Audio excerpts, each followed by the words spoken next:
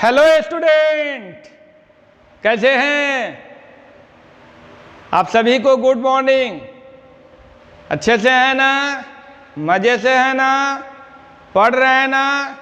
कल मैं बायोलॉजी का जो क्लास दिया था, बायोलॉजी में जो बताया था न्यूक्लिक एसिड, क्या न्यूक्लिक एसिड आप याद करके आ गए हैं? याद किए हैं? तो myself professor DN Pandey, station road, Fatuha, Patna, and you are a student of 12th class. Clear? तो माय डियर स्टूडेंट, चलिए मैं आज जो है DNA के बारे में कुछ बताने जा रहा हूँ। DNA के बारे में कुछ आपको बताने जा रहा हूँ। तो ये मैंने बताया था कि न्यूक्लिक एसिड दो तरह के होती है। न्यूक्लिक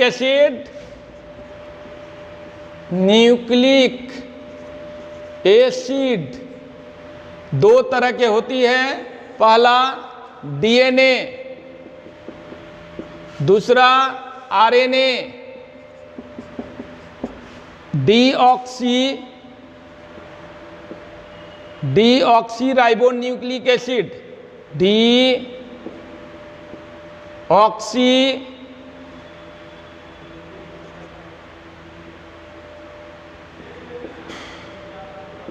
डीऑक्सी राइबो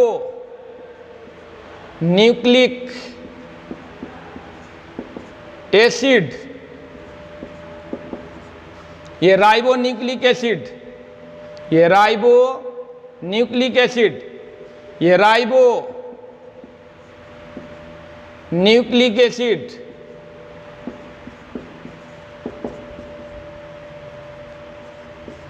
क्या मैंने बताया था कि न्यूक्लिक एसिड दो तरह की होती है, डीऑक्सी राइबो न्यूक्लिक एसिड और राइबो न्यूक्लिक एसिड।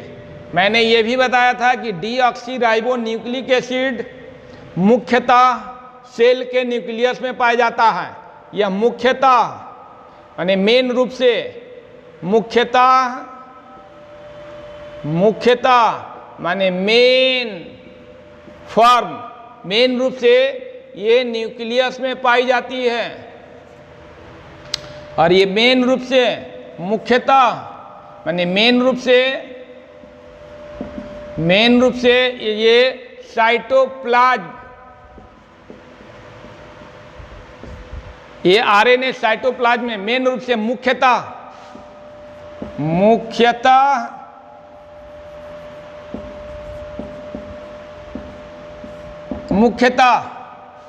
तो my dear student, deoxyribonucleic acid main रूप से न्यूक्लियस में पाई जाती है।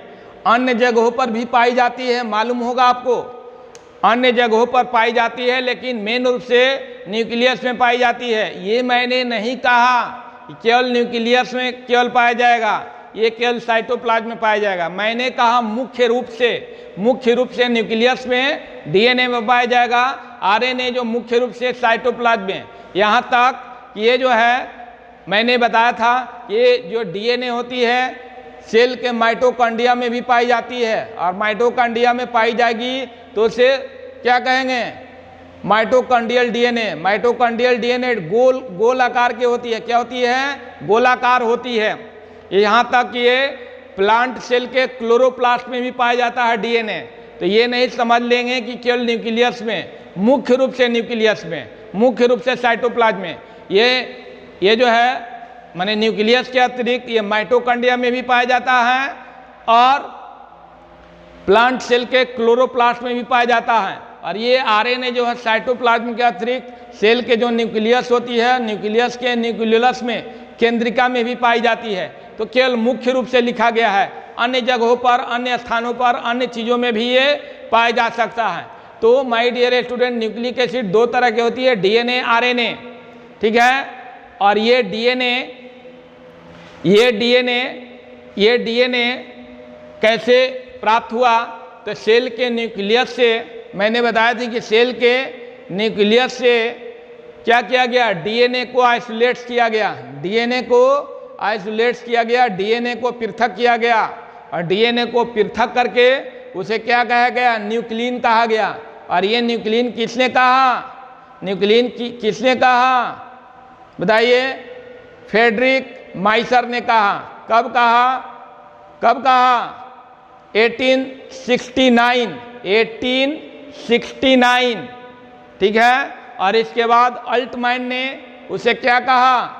1889 में, 1889 में अल्टमैन ने उस न्यूक्लिन को क्या कहा? न्यूक्लिक एसिड कहा, न्यूक्लिक एसिड कहा।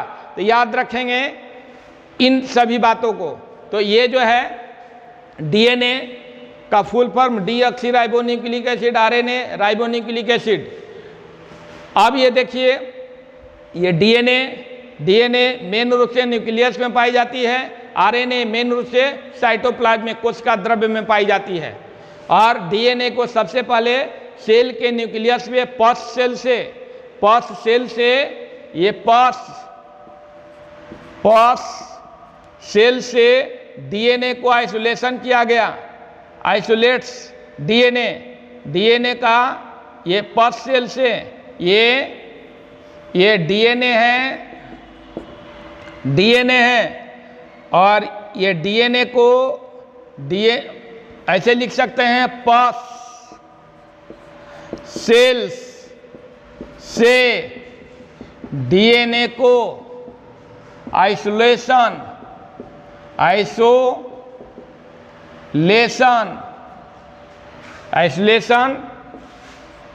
किया गया।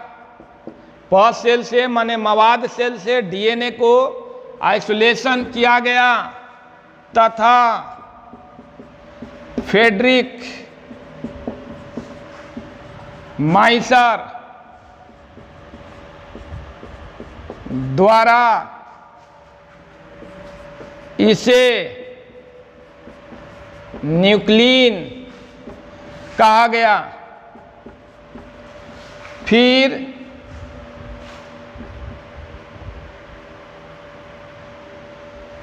ईस्वी सन तो बता दिए हैं, ठीक है। फिर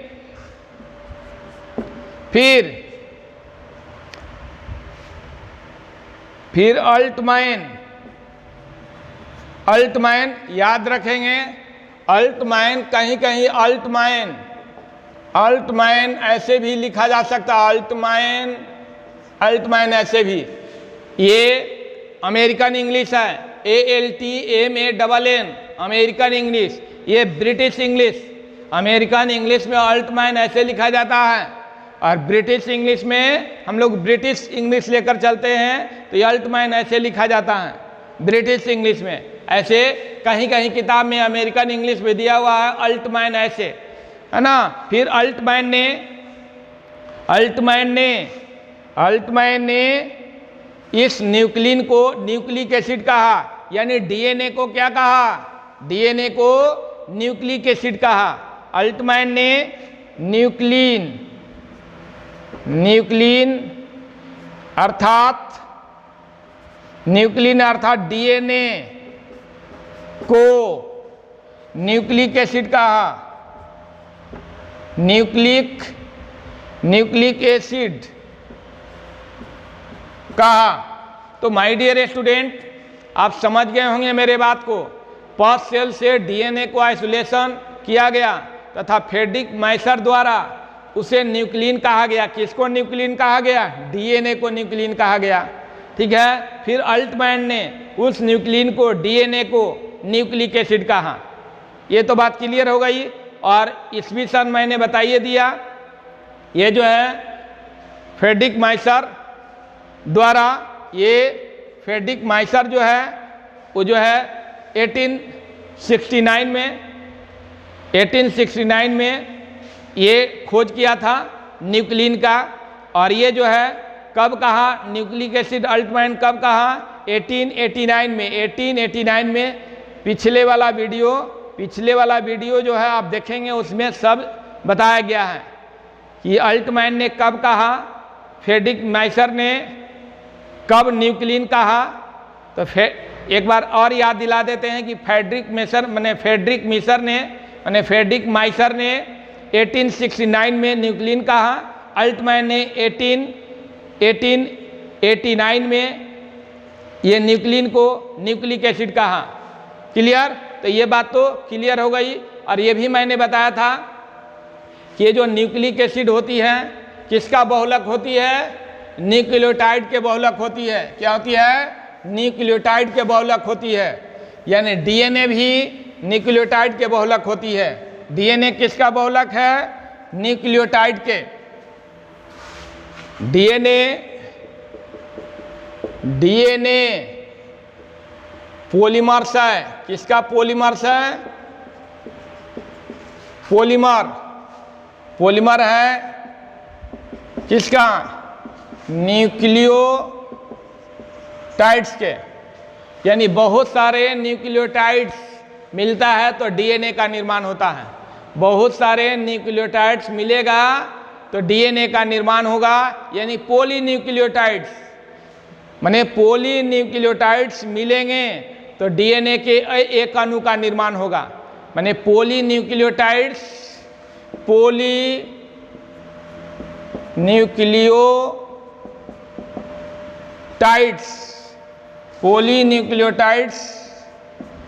के द्वारा डीएनए के एक अणु का निर्माण होता है।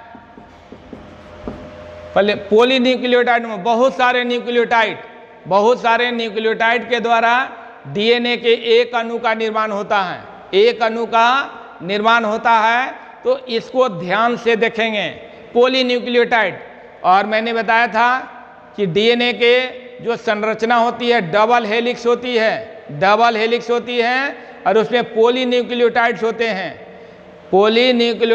हैं डबल हेलिक्स।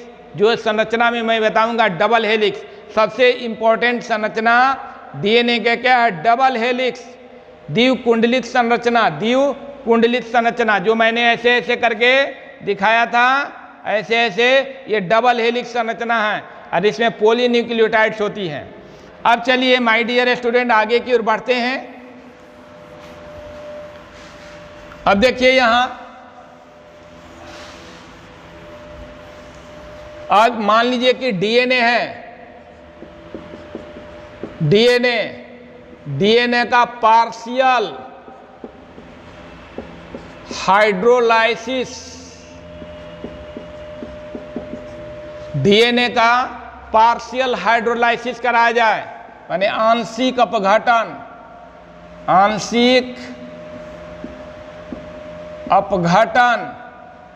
कराया जाता है तो न्यूक्लियोटाइड प्राप्त होती है। क्या प्राप्त होती है? न्यूक्लियोटाइड प्राप्त होती है। न्यूक्लियोटाइड के हाइड्रोलाइसिस कराएंगे, हाइड्रोलाइसिस माने अपघटन कराएंगे तो दो चीज प्राप्त होगी। पहला nucleoside plus phosphate, nucleoside plus phosphate, और इस न्यूक्लियोसाइड का हाइड्रोलाइसिस कराएंगे।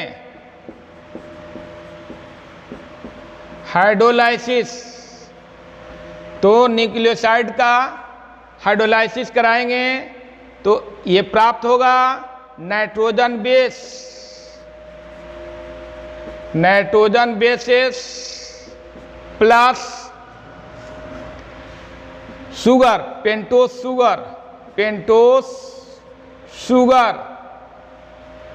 क्लियर? ये nitrogen base plus pentose sugar. तो यहाँ क्या आपने सीखा कि डीएनए का पार्शियल हाइड्रोलाइसिस कराया जाएगा, यानी आंशिक अपघटन, तो न्यूक्लियोटाइड प्राप्त होगा। और न्यूक्लियोटाइड का हाइड्रोलाइसिस कराएंगे तो न्यूक्लियोसाइड प्लस फॉस्फेट प्राप्त होगा। और न्यूक्लियोसाइड का हाइड्रोलाइसिस कराएंगे nitrogen base plus pentose sugar प्राप्त होगा। तो इससे क्लियर होता है कि डीएनए में क्या क्या होता है। डीएनए में होता है डीएनए के माने ये जो न्यूक्लियोटाइड जो बना, ये न्यूक्लियोटाइड जो बना माने न्यूक्लियोटाइड के द्वारा डीएनए बना। न्यूक्लियोटाइड के द्वारा क्या बना? डीएनए। न्यूक्लियोटाइड के द्वारा डीएनए, न्यूक्लियोटाइड्स भी लिख सकते हैं। न्यूक्लियोटाइड्स के द्वारा डीएनए बना। न्यूक्लियोटाइड्स के द्वारा क्या बना? डीएनए बना। डीएनए का आप गठन करेंगे, न्यूक्लियोटाइड्स प्राप्त होगा और इसका हाइड्रोलाइसिस कराएंगे, न्यूक्लियोसाइड प्राप्त होगा प्लस फॉस्फेट प्राप्त होगा। और न्यूक्लियोसाइड का आप गठन कराएंगे nitrogen base plus pentose sugar. तो इस न्यूक्लियोटाइड्स में कौन कौन से हैं? नाइट्रोजन बेस है, पेंटोस शुगर है और फॉस्फेट है। क्लियर?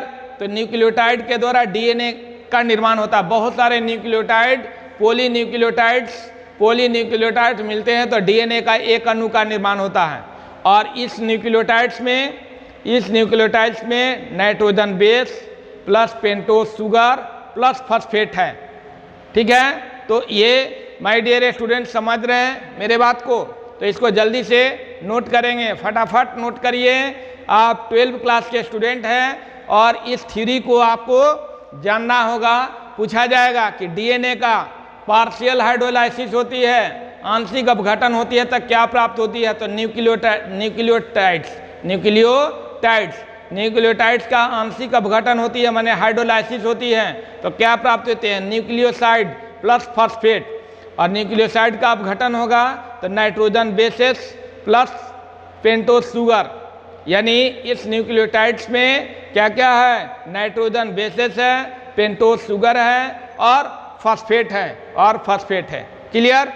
तो ये बात क्लियर हो रही है? लिख रहे हैं? लिख लिए इसको? आगे बढ़ूं? Let us move on, let us proceed further my dear student.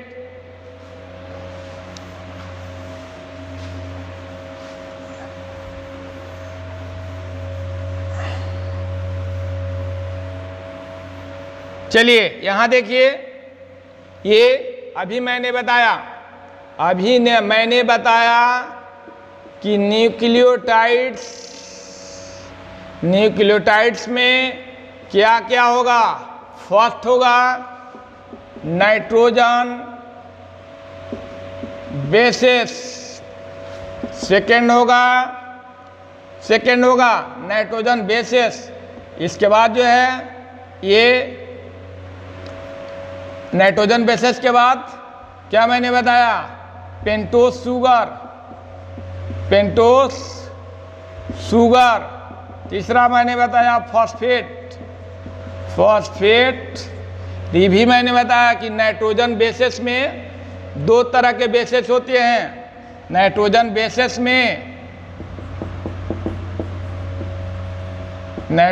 Bases में दो तरह के बेसेस होते हैं।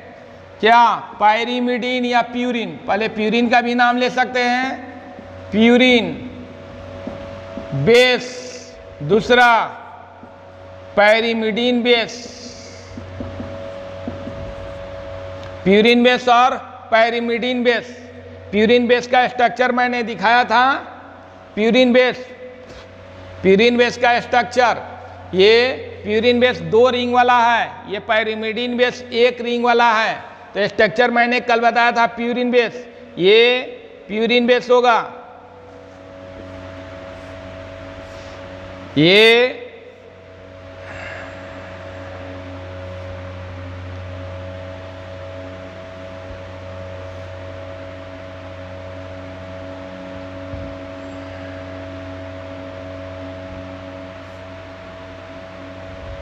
ये देखिए प्यूरिन बेस, यहां क्या था?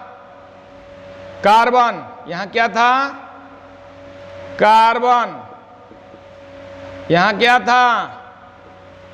नाइट्रोजन। यहां क्या था? कार्बन। यहां क्या था? नाइट्रोजन। यहां क्या था? कार्बन। यहां क्या था? कार्बन। यहां क्या था? नाइट्रोजन। यहां क्या था? नाइट्रोजन। यहां क्या था? नाइट्रोजन। यहां क्या था? कार्बन। क्लियर? और ये नाइट्रोजन है, याद रखेंगे ये नाइट्रोजन है। ठीक है? तो यहाँ से काउंट होता है 1 2 3 4 5 6 7 8 9 और यहाँ ये हाइड्रोजन जोड़ दीजिए यहाँ, तब एक कार्बन के वैलेंसी 4 होगी। डबल बॉन्ड लगा दीजिए, यहाँ डबल बॉन्ड, यहाँ सिंगल बॉन्ड, फिर यहाँ डबल बॉन्ड, तो यहाँ सिंगल बॉन्ड और यहाँ डबल बॉन्ड, फिर है यहाँ जो है 4 हो गया तो यहाँ डबल बॉन्ड और यहाँ हाइड्रोजन जोड़ दीजिए और यहाँ कार्बन के साथ हाइड्रोजन। तो माय डियर स्टूडेंट, ये प्यूरिन बेस है। ये CH हो गया, N हो गया, फर्स्ट सेकेंड थर्ड फोर्थ 5 6 7 8 9। तो यहाँ देखेंगे कि प्यूरिन बेस में नाइट्रोजन कहाँ कहाँ जुटा हुआ है। प्यूरिन बेस में नाइट्रोजन जो तो जुटा हुआ है फर्स्ट के साथ, थर्ड के साथ, 7 के साथ और 9 के साथ। तो यहाँ जो है कार्बन, ये नाइट्रोजन, नाइट्रोजन प्यूरिन बेस में, ये दिस इज प्यूरिन बेस, ये प्यूरिन बेस, प्यूरिन बेस में नाइट्रोजन, नाइट्रोजन, नाइट्रोजन कहाँ कहाँ, फर्स्ट के साथ, थर्ड के साथ, 7th के साथ, 9th के साथ। नाइट्रोजन फर्स्ट के साथ, फर्स्ट पहला के साथ, थर्ड के साथ, 7th के साथ और 9th के साथ जुड़ा हुआ है। नाइट्रोजन 9th के साथ जुटा हुआ है, 7 है। और ये कौन सा संरचना है, इस संरचना का नाम है पैरिमिडीन, पैरिमिडीन। और ये इमाइडल है, इमाइडल संरचना है, इसका नाम है इमाइडल, IMIDAL, इमाइडल संरचना, माने इमाइडल संरचना है। और ये कौन सी संरचना है, ये इमाइडल संरचना, ये पैरिमिडीन संरचना। पैरिमिडीन में देखेंगे ऐसा ही संरचना होगी। तो ये प्यूरिन बेस में हो गया। ये प्यूरिन बेस में याद रखेंगे 1 2 3 पहला और तीसरा के साथ, और फिर 7 के साथ, 9 के साथ नाइट्रोजन है, और बाकी के साथ क्या है, कार्बन है। तो ये प्यूरिन बेस हो गया। उसी तरह से पैरिमिडीन बेस, उसी तरह से क्या होगा, पैरिमिडीन बेस। तो ये नाइट्रोजन बेस में बताया जा रहा है। किस में बताया जा रहा है, नाइट्रोजन बेस में। तो इसकी संरचना बना लिए 1 2 3 4 5 6, इसके बाद 7 8 9। क्लियर। और कहीं भी देखेंगे नाइट्रोजन के वैलेंसी 3 होती है, तो 1 हो गया, 2 हो गया, 3 हो गया। कार्बन के वैलेंसी 4, 1 2 3 4। इस नाइट्रोजन के वैलेंसी 1 2 3, कार्बन के वैलेंसी 4, 1 2 3 4, कार्बन का 1 2 3 4, यहाँ नाइट्रोजन का 3, 1 2 3, कार्बन का 1 2 3 4, नाइट्रोजन का 1 2 3। ये नंबर ऑफ नंबरिंग है, ये 1 2 3 4 5। तो ये जो है नाइट्रोजन बेस में, प्यूरिन बेस में होता है ऐसे। क्लियर, प्यूरिन बेस में। अब देखिए पैरिमिडीन बेस में, पैरिमिडीन बेस, ये पैरिमिडीन बेस, ये इसमें देखें प्यूरिन बेस में 2 बेंजीन रिंग। प्यूरिन बेस में क्या होता है, 2 रिंग होता है, 2 रिंग। इसमें देखेंगे 1 रिंग, 1 रिंग होगा, इसमें 2 रिंग होगा, 2 रिंग, इसमें 1 रिंग। तो ये ऐसे ही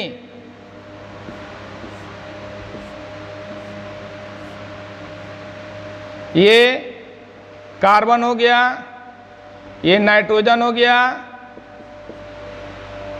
ये कार्बन हो गया, ये नाइट्रोजन हो गया, ये कार्बन हो गया, ये कार्बन हो गया, H, ठीक है। और यहाँ जो है H, यहाँ H, ठीक है। यहाँ डबल बॉन्ड लगा दिए, यहाँ डबल बॉन्ड लगा दिए, यहाँ डबल बॉन्ड लगा दिए। तो इसमें देखिए फर्स्ट के साथ फर्स्ट, ये सेकेंड, थर्ड, फोर्थ, है ना, ये 1 हो गया, 2 हो गया, 3 हो गया, 4 हो गया, 5 हो गया, ठीक है। और ये 6, 1 हो गया, 2 हो गया, 3 हो गया, 4 हो गया, 5 हो गया, ये 6 हो गया। ये 1 2 3 4 5, ठीक है।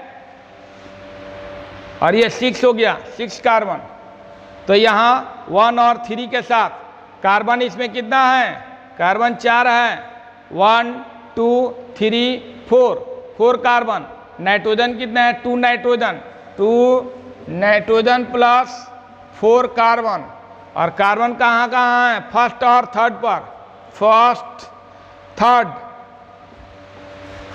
पर नाइट्रोजन है, इसीलिए इसका नाम जो है नाइट्रोजन बेसेस पड़ा। नाइट्रोजन बेसेस, एक से अधिक नाइट्रोजन है, इसलिए इसका नाम जो है नाइट्रोजन बेसेस पड़ा। तो ये पैरिमिडीन बेस हुआ। ये क्या हुआ? ये पैरिमिडीन बेस, ये पैरिमिडीन बेस के संरचना हुआ, पैरिमिडीन बेस। क्लियर?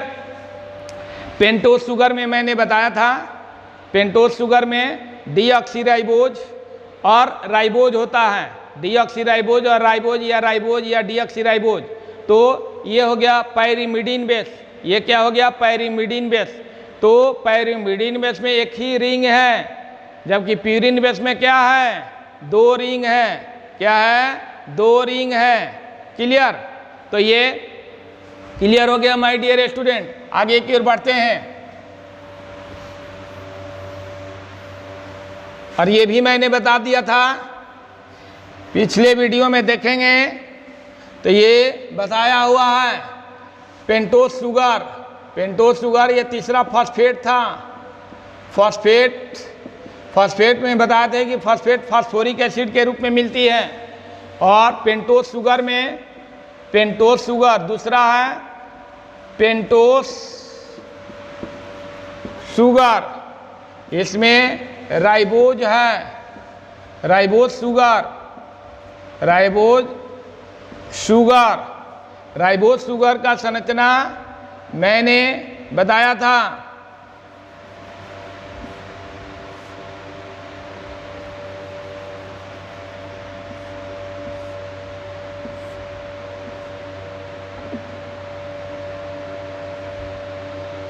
राइबोज, तो इसमें पेंटोस शुगर है। तो चूंकि डीएनए पढ़ रहे हैं ना, क्या पढ़ रहे हैं? डीएनए, तो इसलिए डीऑक्सीराइबोज शुगर। इसमें क्या होगा?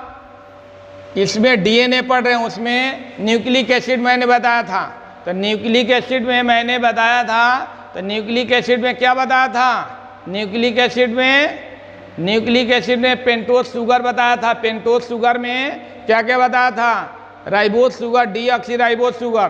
तो राइबोज शुगर आरएनए में पाया जाता है और डीऑक्सीराइबोज शुगर किस में पाया जाता है? डीएनए में। तो चूंकि डीएनए पढ़ रहे हैं, इसलिए डीएनए में डीऑक्सीराइबोज शुगर ही पढ़ेंगे। Deoxyribose sugar, deoxyribose sugar, deoxyribose sugar.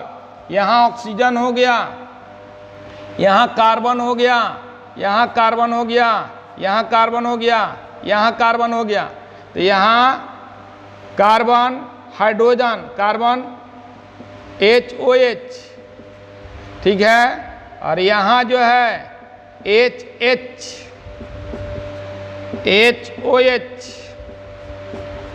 यहाँ जो है CH2OH और यहाँ H। कार्बन काउंट होगा 1 2 3 4 5। तो ये 1 हो गया पोजीशन, 2 हो गया, 3 हो गया, 4 हो गया, 5 हो गया। तो ये डीऑक्सीराइबोज होगा। डीऑक्सीराइबोज किस में होता है? डीऑक्सीराइबोज होता है, किस में होता है? डीऑक्सीराइबोज किस में होता है? डीएनए में। राइबोज शुगर जब आरएनए बताएंगे तो राइबोज शुगर उसमें लिखेंगे। तो ये 1 2 3 4 5, 1 2 3 4 5, 1 2 3 4, ये 5। क्लियर? तो ये डीऑक्सीराइबोज हो गया। तो पेंटोस शुगर में डीऑक्सीराइबोज केवल बताया गया है क्योंकि ये डीएनए पढ़ रहे हैं, तो डीएनए के कारण डीऑक्सीराइबोज शुगर। क्लियर? ये बना लिए संरचना। अब देखिए फॉस्फेट में ये जो फॉस्फेट होता है, फॉस्फेट में फास्फोरिक एसिड, फास्फोरिक एसिड आता है। ये मैंने बताया था P double bond OH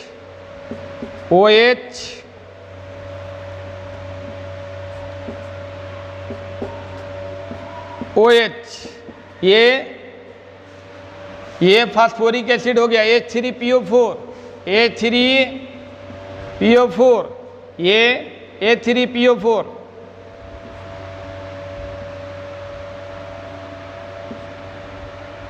H3PO4 clear, H3PO4। अब चलिए न्यूक्लियोटाइड्स में क्या क्या होता है, nitrogen base plus sugar, nitrogen base plus sugar plus phosphate. अब देखिए इसको बना लिए फास्फोरिक एसिड, क्या बना लिए, फास्फोरिक एसिड। तो याद रखेंगे फॉस्फेट में फास्फोरिक एसिड होती है, फॉस्फेट में क्या, फास्फोरिक एसिड होती है, और इसका सूत्र होता है मोलिकुलर फार्मूला H3PO4। क्लियर, ये हो गया, तीनों हो गया। अब यहाँ देखिए ध्यान से बिल्कुल, चूंकि डीएनए पढ़ रहे हैं तो डीएनए के बारे में जानकारी होनी चाहिए।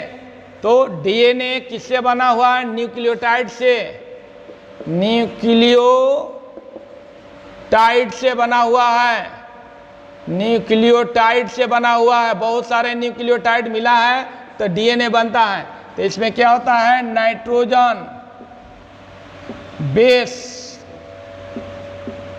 Nitrogen base plus sugar plus phosphate. अब देखिए ये नाइट्रोजन और शुगर के बीच कौन सा बॉन्ड होती है, नाइट्रोजन और शुगर जब एक साथ जुड़ते हैं तो उसमें कौन सा बॉन्ड होती है, तो इसमें जो है कौन सा बॉन्ड होती है,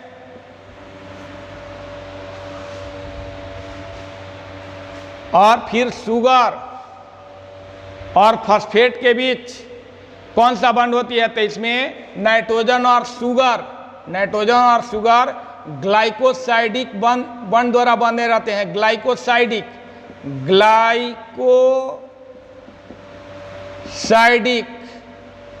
बॉन्ड द्वारा बंधे रहते हैं। फिर जो है ये चूंकि नाइट्रोजन बेस और शुगर दोनों मिलेगा तो क्या बनेगा, न्यूक्लियोसाइड। और न्यूक्लियोसाइड में फॉस्फेट मिल जाएगा तो न्यूक्लियोटाइड बन जाएगा। और ये जो है शुगर और फॉस्फेट मिलेगा तो फॉस्फो डाई ईस्टर बॉन्ड,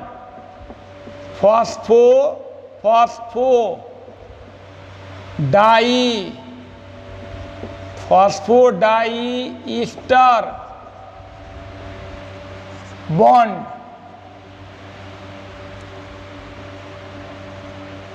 याद रखेंगे, पूछा जाएगा कि नाइट्रोजन माने डीएनए में नाइट्रोजन और शर्करा किस बॉन्ड द्वारा बंधे रहते हैं, तो ग्लाइकोसाइडिक बॉन्ड द्वारा। और शुगर और फॉस्फेट किस बॉन्ड द्वारा बंधे रहते हैं, तो फॉस्फोडाई ईस्टर बॉन्ड द्वारा। अब देखिए यहाँ जो है नाइट्रोजन बेस और शुगर, नाइट्रोजन बेस माने न्यूक्लियोटाइड में नोट पॉइंट में लिखेंगे, नोट जो है नाइट्रोजन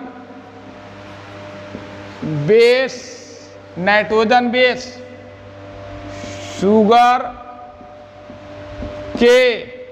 शुगर के तीसरे शुगर के तीसरे कार्बन, नाइट्रोजन बेस शुगर के तीसरे कार्बन के साथ जुड़े रहते हैं। याद रखेंगे, नाइट्रोजन बेस शुगर के तीसरे कार्बन के साथ जुड़े होते हैं। तो भाई ये हम कह रहे हैं कि नाइट्रोजन बेस शुगर के तीसरे कार्बन के साथ जुड़े रहते हैं, ये तो ठीक है, लेकिन नाइट्रोजन बेस में दो बेस होता है, पैरिमिडीन बेस और प्यूरिन बेस। तो प्रश्न उठता है ये प्रश्न उठता है, क्या प्रश्न उठता है? पहला प्रश्न उठता है कि पैरिमिडीन बेस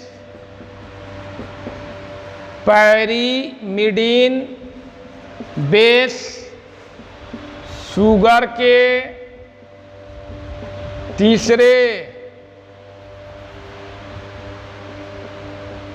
कार्बन के साथ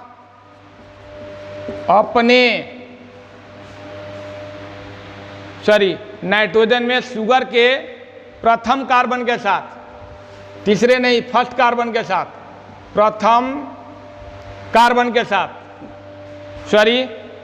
नाइट्रोजन बेस शुगर के प्रथम कार्बन के साथ, नाइट्रोजन बेस क्या शुगर के प्रथम कार्बन के साथ जुड़े होते हैं। अब जो है पैरिमिडीन बेस शुगर के प्रथम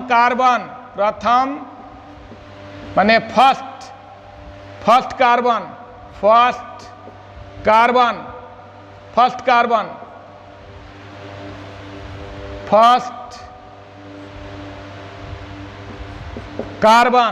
के साथ अपने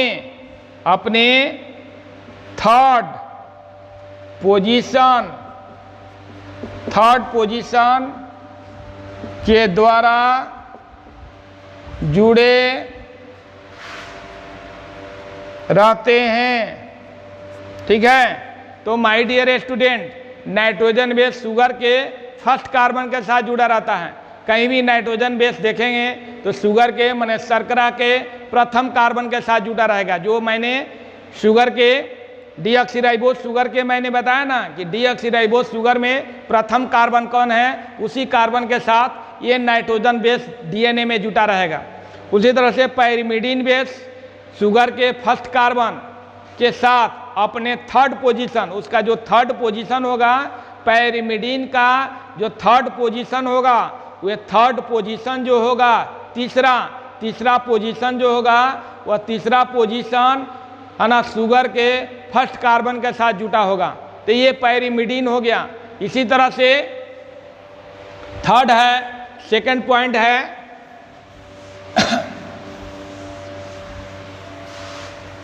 सेकंड पोजीशन है कि प्यूरिन बेस शुगर के फर्स्ट कार्बन के साथ अपने नाइन्थ पोजीशन के द्वारा जुड़े रहते हैं। तो प्यूरिन बेस शुगर के फर्स्ट कार्बन के साथ अपने 9th पोजीशन के द्वारा जुड़े रहते हैं। क्या माने ये जो है प्यूरिन बेस शुगर के फर्स्ट कार्बन के साथ जुटा होगा, लेकिन उसका 9 पोजीशन होगा। 9 पोजीशन जो है 9 पोजीशन फर्स्ट कार्बन के साथ जुटा रहेगा। 9 पोजीशन फर्स्ट कार्बन के साथ शुगर के साथ जुड़ा रहेगा। तो ये दूसरा हो गया।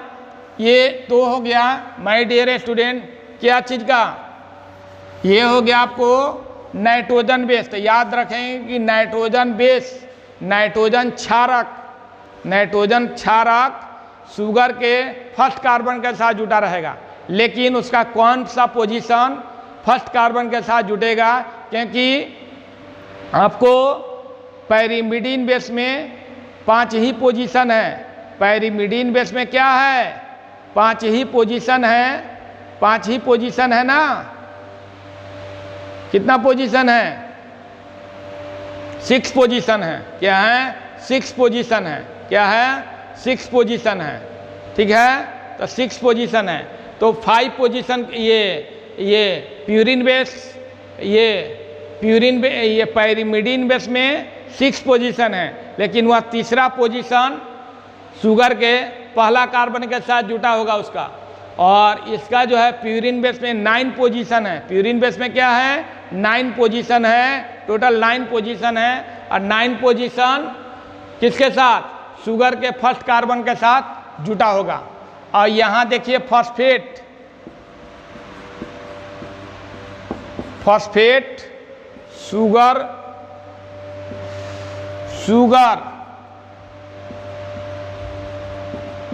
शुगर के 5वां कार्बन के साथ, 5th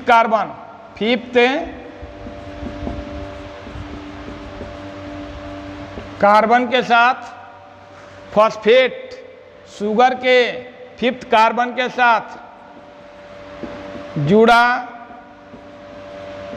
रहता है। तो माय डियर स्टूडेंट, इसको जल्दी से लिखेंगे, hurry up, you can write now, hurry up, you can write now.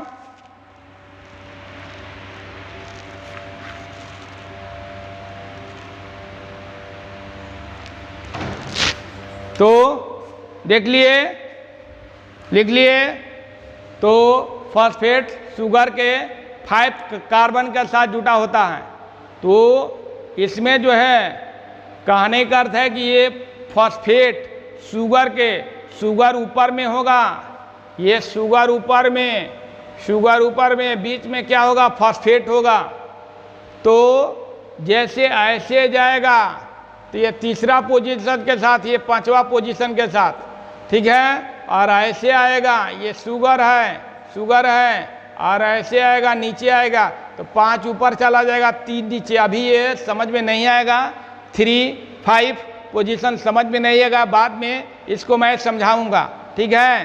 क्योंकि जो डीएनए होता है डबल हेलिक्स जो है ना, डबल हेलिक्स जो है एंटी पैरेलल होता है, एंटी पैरेलल होगा, माने प्रति समानांतर होगा। और एक ऊपर में जाएगा, दूसरा नीचे में आएगा, तो उस समय आपको क्लियर होगा, क्या होगा? क्लियर होगा। तो अभी आप केवल समझेंगे कि फॉस्फेट शुगर के 5 कार्बन के साथ जुड़ा रहता है, ठीक है। तो मैं यहाँ तक बता दिया, ये डीएनए की बात बताई। अब जो है एक बात बताना है इसमें पहले कि ये अभी मैंने बताया कि नाइट्रोजन बेस होगा और शुगर होगा, नाइट्रोजन बेस होगा, शुगर होगा, तो क्या बनेगा?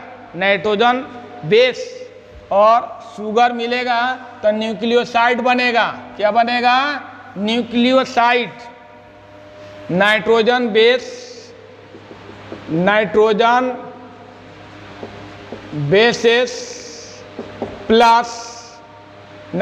बेसेस प्लस शुगर, शर्करा, ये बनेगा न्यूक्लियोसाइड। ये क्या बनेगा? न्यूक्लियोसाइड।